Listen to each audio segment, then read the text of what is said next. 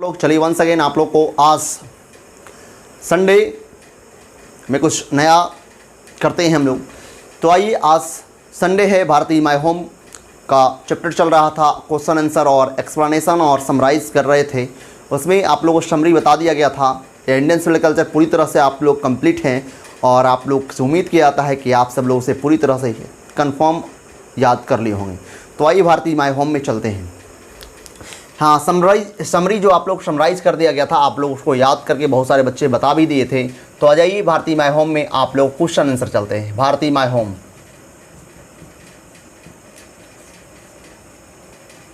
भारत मेरा घर है। क्वेश्चन आंसर इसको क्यूए बोलेंगे। आप लोग एग्जाम में क्वेश्चन आंसर 10 मार्क्स के आएंगे। कितने मार्क्स के आएंगे? 10 मार्क्स के आएंगे। ऑप्शन 8 आएंगे, यानी 5 क्वेश्चन बनाना है 8 ऑप्शन में। ऑप्शंस 8 रहेंगे, बनाना कितने क्वेश्चन से? 5। हर एक क्वेश्चन का जो मार्क्स होंगे 2, यानी कुल मिलाकर 10 मार्क्स। ठीक है, तो आइए हम लोग चलते हैं और जिस प्रकार से क्वेश्चन दिए रहेंगे उसी प्रकार से हम लोग आज जवाब लिखने की कोशिश करेंगे, ताकि आप लोग को सही दिशा प्राप्त हो सके। तो आइए, पहला क्वेश्चन स्क्रीन पर जा रहा है बोर्ड पर, और आप लोग भी कोशिश कीजिए मैं जो पढ़ाया था उससे रिलेटेड आप लोग तर्क को दें। पहला क्वेश्चन है, what is the business of education. पहला question, what is the business of education. बहुत ही इंपॉर्टेंट क्वेश्चन, एग्जाम में आ सकते हैं। आखिर एजुकेशन का बिजनेस क्या? बिजनेस का मतलब है काम, व्यापार नहीं। यानी एजुकेशन का काम क्या, शिक्षा का काम क्या, शिक्षा का उद्देश्य क्या, what is the mission, what is the business of education. यानी डॉक्टर जाकिर हुसैन ने क्या कहा था, एजुकेशन का काम क्या है, क्या बताया था। तो आप लोग को शायद याद है या नहीं, याद तो रखिए कि एजुकेशन का काम के बारे में बताया था कि एजुकेशन जो है किसी राष्ट्र के गुणों को बढ़ाता है। एजुकेशन राष्ट्र के गुणों को क्या करता है? वृद्धि कर सकता है। राष्ट्र को डेवलप करने का सबसे बढ़िया जो वे है वो एजुकेशन है, क्योंकि एजुकेशन के बगैर कोई राष्ट्र डेवलप नहीं कर सकता है। अगर किसी राष्ट्र में एजुकेशन कमी है, वह राष्ट्र बहुत धीमी गति से रफ्तार एजुकेशन यानी डेवलप का करता है। यानी डेवलपमेंट अगर चाहिए तो एजुकेशन का सबसे पहला होना ज़रूरी है। बिना एजुकेशन का कोई राष्ट्र आगे बढ़ ही नहीं सकता है, यानी एजुकेशन ज़रूरी है। तो वैसे ही तर्क आप लोग को एग्ज़ाम में ही देना है, एक ठोस तर्क देना है, एक ठोस पॉइंट देना है, जिससे कि आपके लिखे गए आंसर से अच्छे मार्क्स प्राप्त हो सके। तो आइए चलते हैं। What is the business of education. यहीं से हम लोग को चुनाव करना है आंसर का, जहाँ से सब्जेक्ट वहीं से हम लोग को क्वेश्चन से ही सब्जेक्ट का आंसर खींचना है। यानी द बिजनेस ऑफ एजुकेशन, यानी एजुकेशन का जो काम है, क्या है काम, यानी the business of education can, इस तरह से तर्क देना है ताकि अच्छा लगे। The business of education can develop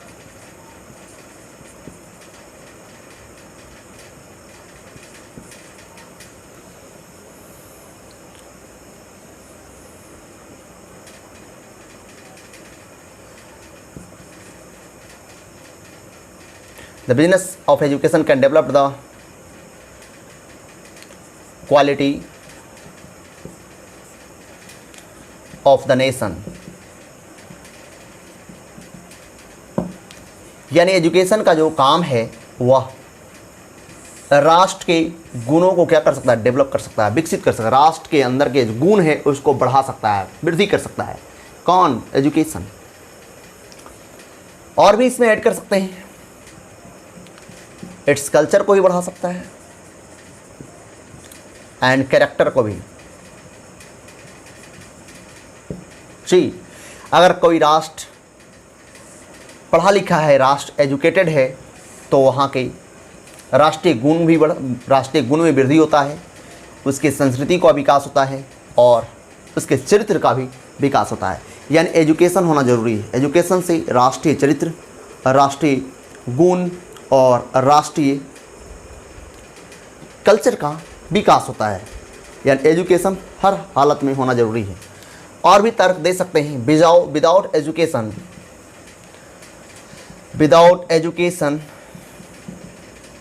no country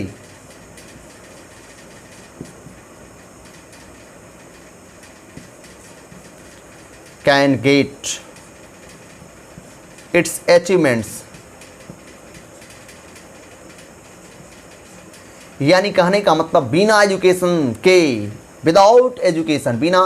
के नो कंट्री माने कोई देश कैन गेट माने कोई देश प्राप्त नहीं कर सकता है इट्स अचीवमेंट्स अपनी उपलब्धियों को। यानी कोई भी राष्ट्र बिना एजुकेशन के अपनी उपलब्धियों को हासिल नहीं कर सकता। सबको दिखाई दे रहा है ना। चलिए अब हम लिखने का तरीका आप देखिए ताकि आप एग्जाम में आराम से लिख सकते हैं। समझ लीजिए, तोड़ कर दे रहा हूँ। The business of education can develop the quality of the nation. Business of education जो है राष्ट्रीय गुणों को डेवलप कर सकता है और इट्स कल्चर को यानी उस राष्ट्र के कल्चर को भी और कैरेक्टर को भी। विदाउट एजुकेशन बिना एजुकेशन के नो कंट्री कोई राष्ट्र कैन गेट इट्स अचीवमेंट्स। कोई राष्ट्र अचीवमेंट्स को ही नहीं प्राप्त कर सकता। यानी एजुकेशन होना जरूरी है। और भी ऐड कर सकते हैं, थोड़ा सा ऐसा दीजिए ताकि मज़ा आ जाए। और भी दे सकते हैं कि एजुकेशन जो है वो राष्ट्र के लिए बहुत ज़रूरी है। एजुकेशन जस्ट लाइक गाड़ी के प्रथम पहिए की तरह होते हैं और किसी राष्ट्र में डेवलपमेंट करने का यानी विकास के लिए तो और भी ऐड कर सकते हैं, बहुत अच्छा लगेगा। तो आइए हम उसी तरह से ऐड करते हैं।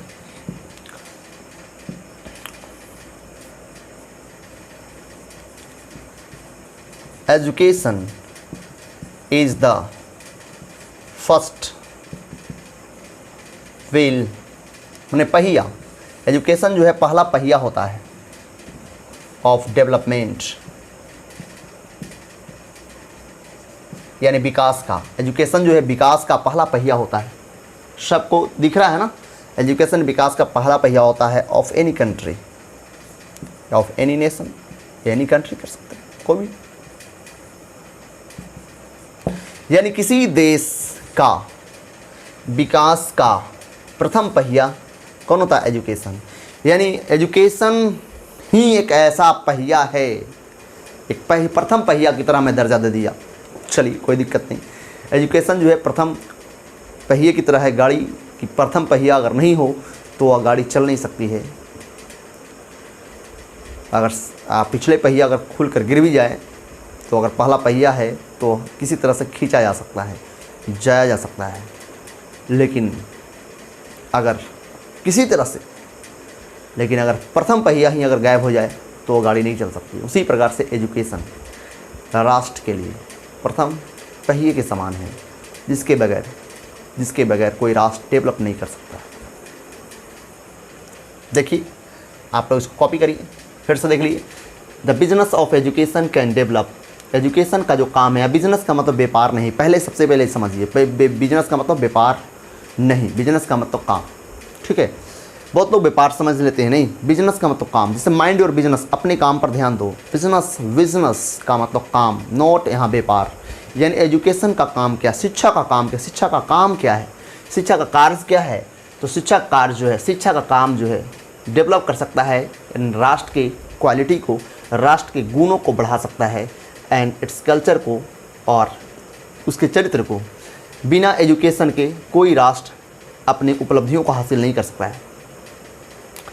Education is the first wheel of development of any country. Education जो है किसी भी राष्ट्र के डेवलपमेंट का पहला पहिया होता है, प्रथम चक्का होता है।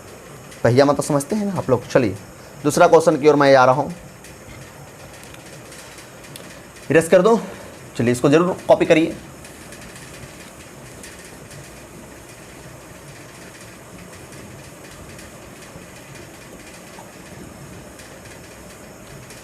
जिनको लिखना रहेगा पॉज करिएगा, लिख लीजिएगा, ठीक है, ताकि आपका भी 2-3 बार प्रैक्टिस हो, अच्छा रहे। दूसरा क्वेश्चन मैं दे रहा हूं आप लोग को, स्क्रीन पर आ रहा है। What are the 2 aspects of work.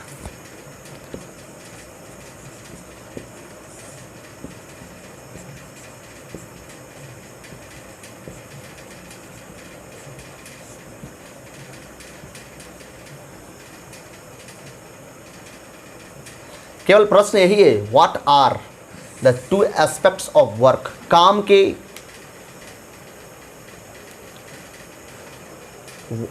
जो दो एस्पेक्ट्स हैं, टू एस्पेक्ट्स बताए गए थे, दो पहलू हैं, दो रूप जो है, कौन है, कौन कौन है, आखिर क्या है। What are the two aspects of work, काम के दो एस्पेक्ट्स क्या है।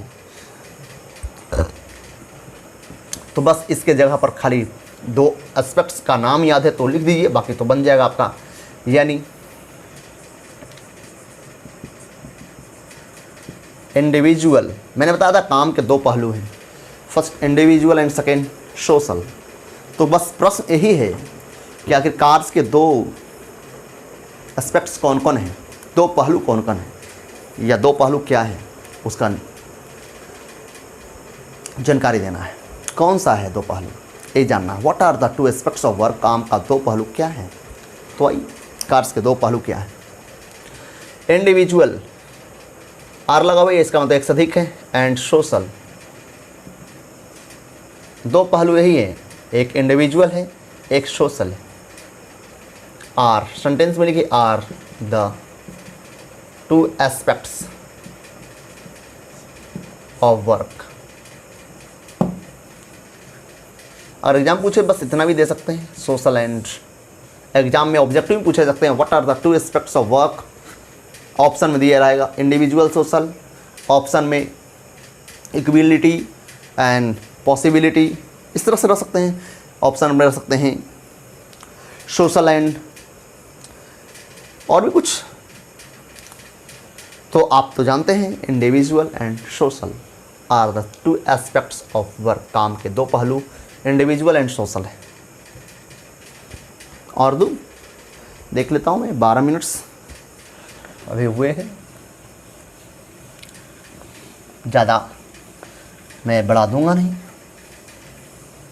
चलिए तीसरा क्वेश्चन में अटैक करते हैं। तीसरा क्वेश्चन मैं आप लोग को दे रहा हूँ, what did doctor Zakir Hussain call India the young state of ancient people. दो में आप चलिए दे देते हैं, 5-6 क्वेश्चन है, उसमें से आप लोग कुछ प्रैक्टिस कीजिए। Why did doctor Hussain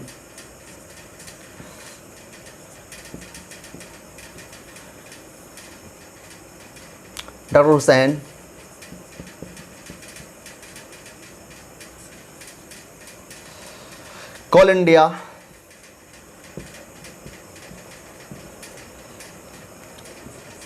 the young state of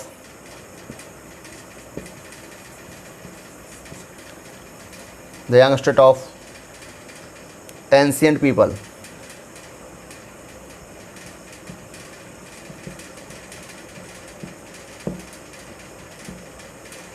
देखिए गौर से, देख रहे हैं आप लोग,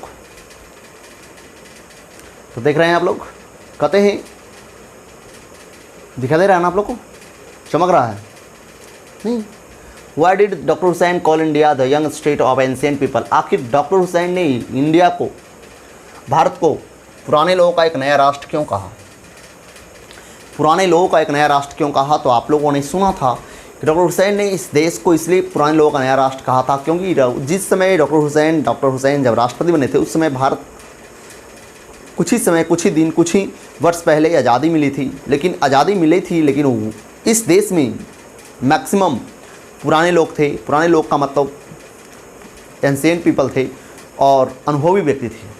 लेकिन फिर भी अनुभवी व्यक्ति रहने के बावजूद भी यह राष्ट्र को एक नई नींव दे रहे थे, एक नया कल्चर दे रहे थे, बिल्कुल यंग स्टेट की तरह। इसलिए डॉक्टर हुसैन ने इसे भारत को पुराने लोगों का नया राष्ट्र कहा था, पुराने लोगों का नया राष्ट्र कहा था। तो आइए, पास्ट में भी है, पास्ट में ही मनाएंगे। इसके पहले प्रेजेंट में था, प्रेजेंट में प्रयोग किए थे। कैसे बनाए थे, प्रेजेंट में ही कुंडे लगाए थे। अब पास्ट में ही चलेंगे। डॉक्टर हुसैन सब्जेक्ट हैं, डॉक्टर हुसैन देख रहे हैं ना, डिड है called. Doctor Hussain called India the young state of ancient people. Reason पूछ रहा है, वाई लगाया हुआ है ना, रीजन बताना है कि डॉक्टर हुसैन ने भारत को यंग स्टेट, पुराने लोगों का एक नया राष्ट्र क्यों कहा था। तो रीजन बताना है। तो रीजन बिकॉज, क्योंकि India was a newly free country at his time। यानी कहने का मतलब डॉक्टर हुसैन भारत को एक पुराने लोगों का नया राष्ट्र इसलिए भी कहा था क्योंकि उस समय इंडिया जो एक न्यूली फ्री कंट्री था। न्यूली फ्री इसलिए न्यूली लगाया क्योंकि यहाँ एडजेक्टिव है तो यहाँ एडवर्ब लाए हैं। एक नया आज़ाद कंट्री था उनके समय में। उस समय उनके समय में एक न्यू आज़ाद कंट्री था भारत। बट अब लेकिन, आखिर कहने कुछ रीजन होगा न, लेकिन कंटेंट भारत में था, क्या था, कंटेंट में रखना होता है या रहना, कंटेंट एंशिएंट एंड एक्सपीरियंस्ड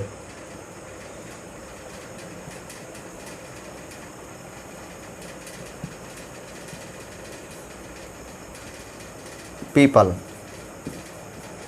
देखिए क्यों, रीजन मैं बहुत ही स्पष्ट दिया हूँ कि India was newly free country at his time. के समय में इंडिया एक नई आज़ाद कंट्री थी। But content ancient and experienced people, लेकिन इस देश में पुराने और अनुभवी लोग रहते थे, है ना, पुराने और अनुभवी लोग रहते थे। पुराने और अनुभवी, राष्ट्र नया था लेकिन इस राष्ट्र में पुराने लोग और अनुभवी लोग थे। देख रहे हैं ना, पुराने और अनुभवी लोग थे, इसलिए इसे पुराने लोगों का नया राष्ट्र कहे थे। और भी मैं ऐड कर रहा हूँ, थोड़ा दिखना चाहिए आप लोग को।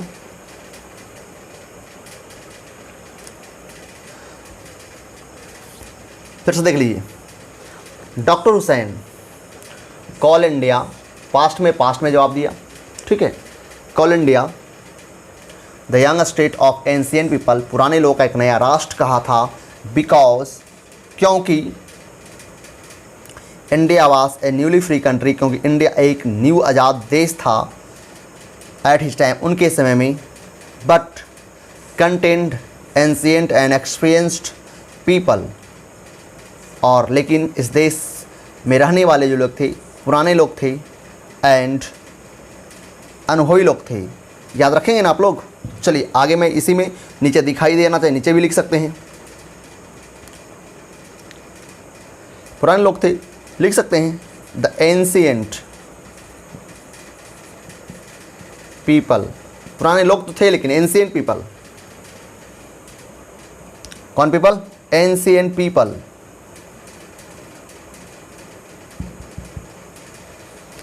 पास में ही देना है, developed, ancient people developed a rich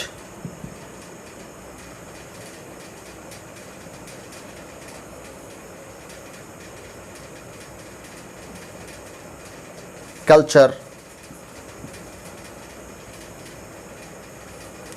as a young state. यानी कहने का मतलब रहने वाले लोग तो पुराने और अनुभवी लोग थे, इसलिए पुराने लोग जो थे वह डेवलप किए, मतलब विकसित किए, ए रिच कल्चर को डेवलप किए, माने एक बहुत ही बहुत ही अच्छा संस्कृति को एज ए यंग स्टेट, एक युवा, एक नया राष्ट्र की भांति। यानी डॉक्टर हुसैन ने भारत को इसलिए young state of ancient people कहा था, पुराने लोगों का नया राष्ट्र कहा था, क्योंकि इसमें पुराने लोग थे लेकिन उन्होंने एक नया, एक धनी, एक अच्छा बढ़िया संस्कृति को यंग स्टेट की भांति डेवलप किया था। इसलिए भारत को डॉक्टर हुसैन ने पुराने लोगों का एक नया राष्ट्र कहा था, पुराने लोगों का एक नया राष्ट्र कहा था। फिर से देख लीजिए, doctor Hussain call India the young state of ancient people because India was a newly free country. India एक न्यू आज़ाद देश थी एट हिज टाइम, उनके समय में। But content ancient and experienced people, लेकिन उन्होंने बताया किस देश में अनुभवी लोग और पुराने लोग थे, और अनुभवी लोग और पुराने लोग ही इसमें एक नई संस्कृति, एक बढ़िया संस्कृति दिया एक युवा राष्ट्र की तरह। इसलिए जोड़ सकते हैं शो हुसैन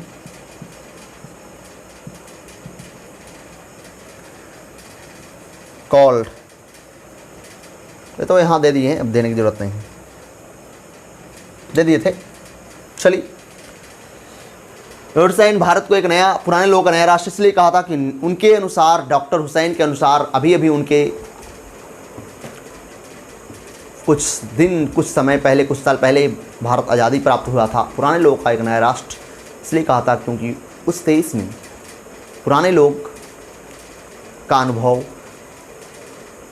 काम कर रहा था, इसलिए पुराने लोगों का एक नया राष्ट्र कहा था।